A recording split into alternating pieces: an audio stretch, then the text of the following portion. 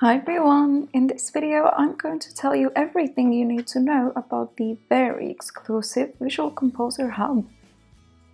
In short, it is a library of elements, templates and extensions made by top web designers. Alright, let's go straight to it. You can access the hub from the front-end editor by clicking on this icon in the navigation bar. It's important to remember that you can access the hub with free and premium version, but you can download and use all the content elements available in Visual Composer only with a premium license. Now that we're here, let me navigate you through it.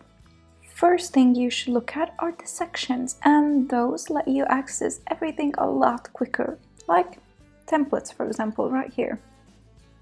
You can also use the search bar to add the templates and elements from the hub to your page. You have to download them. You can do that by hovering over any of the elements and clicking on the download icon.